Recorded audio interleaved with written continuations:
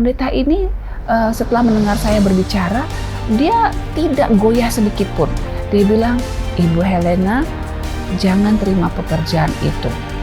Akhirnya ya waktu itu saya terus terang kecewa banget.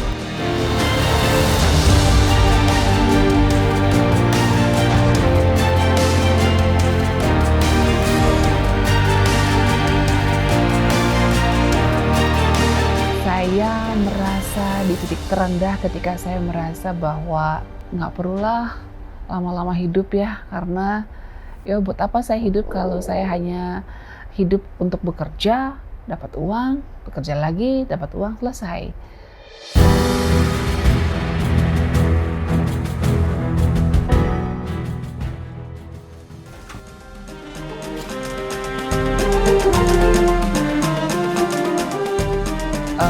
Ketika saya pulang dari bekerja itu biasanya jam 2 pagi ya. Tapi setiap kali pulang saya suka lihat ke atas, saya lihat ke langit, betapa kecilnya saya.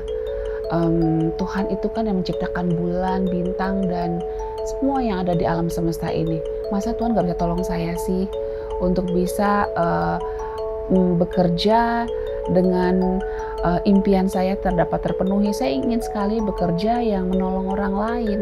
Lalu saya memutuskan untuk menjadi psikolog. Saya bertahun-tahun belajar sambil bekerja. Saya kuliah dengan sungguh-sungguh dengan impian saya mau jadi psikolog gitu. Nah, ketika saya magang di satu rumah sakit besar dan saya ada di satu poliklinik ya, maksud saya di poli yang memang sesuai dengan bidang saya, yaitu klinik infertil di rumah sakit besar itu, saya sudah ngebayangin nanti saya lulus asik juga ya kalau bisa nolong pasangan-pasangan yang infertil gitu ya. Karena saya sendiri sudah menolong diri saya untuk menjadi lepas dari infertilitas. Pemimpin dari poli fertilitas di rumah sakit besar ini mengajak saya untuk bekerja bersama dia, karena dia merasa bahwa karena kamu sudah melakukan, kamu sudah meneliti, dan kamu sudah bisa pahami lah gimana rasanya jadi pasangan infertil. Maksud saya perempuan, ibu yang infertil gitu. Wah, saya senang banget dong. Waduh, ini yang saya impi-impikan gitu. Namun pada saat wawancara saya sampaikan bahwa saya mohon minta diizinkan untuk hari Sabtu saya ibadah. Wah, di situ kepala poli itu langsung kaget. Loh, kok bisa begitu? Iya, karena saya beribadah hari Sabat, Bu. Dia bilang, aduh gimana ya, saya sudah sangat berharap sama kamu loh. Saya yakin kamu nih orang yang paling tepat untuk di posisi ini. Kok kamu malah kasih permintaan seperti itu gitu. Iya begitu Bu, tapi nggak apa-apa Bu, hari lain saya masuk deh, hari Minggu saya masuk nggak apa-apa. Bukan begitu, itu hari Sabtu penuh pasien kita gitu. Nah, jadi akhirnya saya undang pendeta ke rumah, saya sampaikan yang penting saya bisa melayani di rumah sakit besar ini this is my dream.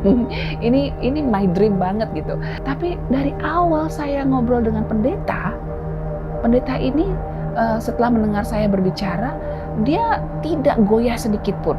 Dia bilang, "Ibu Helena, jangan terima pekerjaan itu.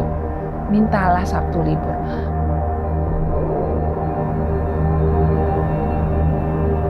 Wah, saya kecewa sekali. Akhirnya pendeta pas pulang, saya tutup pintu, saya menangis betul. Saya bilang, sudah lama saya mengharapkan ini, saya sudah kuliah capek-capek, saya berusaha dapat IP yang bagus, saya sudah berusaha dapat skripsi dapat A supaya bisa menarik hati si ibu rumah sakit ini gitu ya. Dan sudah berhasil apa yang saya impikan, kok begini akhirnya, sedih banget gitu. Akhirnya ya waktu itu saya terus terang kecewa banget. Ya, saya sampaikan pada Tuhan, terus terang saya merasa bingung karena saya pikir Tuhan ingin memakai saya untuk menolong orang lain. Saya pasrah Tuhan. Jadi saya akhirnya tersadar bahwa kalau saya ingin melayani Yesus, ya udah jalan aja sesuai dengan apa yang Tuhan sudah gariskan gitu. Tapi ketika satu kejadian di mana suami saya meminta saya untuk untuk lebih merawat anak-anak saya, berhenti bekerja di media massa gitu ya. Dia hanya setuju, dia hanya oke untuk pekerjaan membuka sekolah. Kita buka sekolah, jadi sekolah kecil, dan lama-lama orang tua menuntut saya untuk buka SD, lama-lama orang tua menuntut saya buka SMP, dan akhirnya tadinya cuma rumah biasa, Lama-lama jadi akhirnya punya gedung, lama-lama ada beberapa cabang, dan lama-lama saya jadi berpikir, oh Tuhan terima kasih, andaikan saya dulu menerima pekerjaan di rumah sakit besar itu, saya hanya menghadapi orang yang sama, artinya kasusnya sama lah kurang lebih ya masalah infertilitas itu saja. Sementara ketika saya membuka sekolah, saya bertemu dengan orang tua murid yang bermasalah soal infertilitas, saya ketemu dengan anak murid yang bermasalah soal broken home, soal bully, soal KDRT, soal so many things.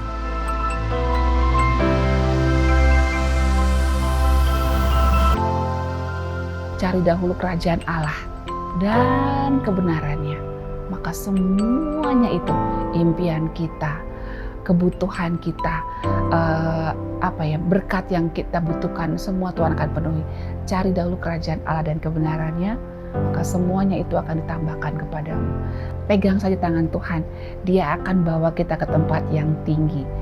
Teruslah berjalan bersama Yesus dan nikmati lintasan bukit-bukit yang kadang mengerikan tapi akan menyelamatkan kita.